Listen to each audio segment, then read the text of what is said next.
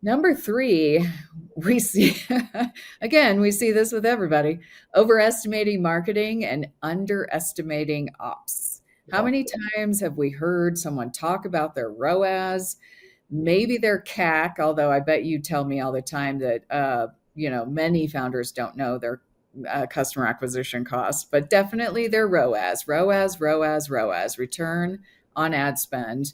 But when we ask them about their operational measurements, I don't hear anyone talk about It's that. like, I don't hear KPIs. They're right. like, what do you mean by that? Is usually the question. What do you see? Yeah, I think it's an opportunity, is what I see all the time, that there's the ability to develop a scorecard that is meaningful every single day Mhm. around the operations. It doesn't have to be an Excel spreadsheet of 400 lines. There are typically 2 to 3 key measurements for every company, and they're all unique to every business, but oftentimes, what are we actually investing in? Let's pull the marketing aside and do a bottoms up kind of analysis of your business. What is your targeted free cash flow number as a percentage of sales? And it's not meant to be a gotcha question or anything like that. It's just, what is an ideal profit number for you? All right, 10%. Okay, let's work backwards then. What are your operating expenses as a percentage of revenue to run the business? No idea. Okay, well, then let's look at your gross margin. If your gross margin is 30%, you now have 20% to play with. And what that means is you've got your revenues, take away the cost of goods, you've got a gross profit. And if it's 30% and your target profit is 10%, 30 minus 10 gives you 20% operating expenses to run the business on. Most businesses can't even come close to that, because typically in an e-commerce business, you're spending at least 10 or 15% of your sales on marketing consistently. That leaves you 5% to pay yourself, your employees, Mhm. overhead, professional, and you kind of go, ooh, okay. Okay, so what is a KPI related to my operating expenses? And you should just have that on a monthly basis just to know, where is this cash going? It's back to your 13-week rolling cash. We had this much come in, we had this much go out. What did we actually spend the money on? That allows you to carve the marketing out and then say, okay, now I know we've got marketing costs and that drove how much in revenue. That's great. You're going to get a ROAS for a meaningful ROAS, but what are my OPEX as a percentage of sales?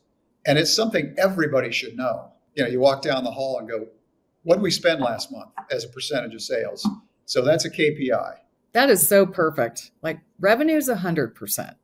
Yeah. What is your gross margin? Say your gross margin's 50%. Yeah. You want to make 10. Well, you got 40% to play with. Right. Are you in that range of 40% or not? That's awesome. Yeah. Another way I might offer to look at like the operations of the business is to put some KPIs in place. And some of the KPIs I've helped founders put in place. We're living in an Amazon world. Let's be honest. We set very high expectations for the e-commerce industry.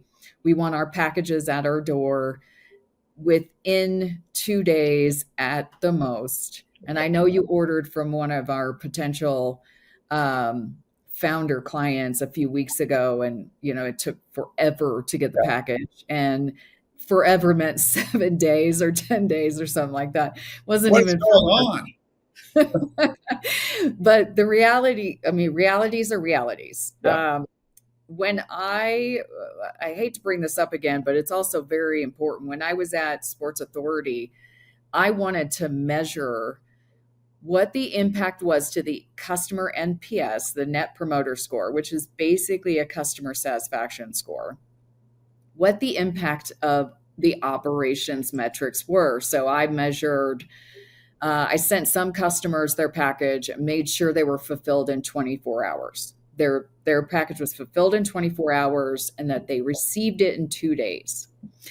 And then another group was just your standard. It could have been fulfilled in 24, 48 hours, 72 hours, depending on when they ordered. And they got their package between 4 and 7 days. The lift on NPS was dramatic. And the NPS connected to more orders from customers. So I knew we'd get more profitability in the long run. And so what I started doing was creating an operations dashboard around these things. How fast are we fulfilling? What are our fulfillment SLAs? What does our packaging look like? Are people satisfied with our packaging? And then there's a number of different other SLAs. What about our shipping carrier? UPS versus FedEx versus USPS. Right. Yeah. And I tied all of those back to NPS and revenue, and found that there is a real advantage in shipping more quickly and staying on top of that, and having packages that people get excited, right? It's like a gift on your front door. You get excited to get this stuff, and we forget that sometimes as business owners. That customer just bought themselves probably a gift, because most of our packages or most of our buys are self buys.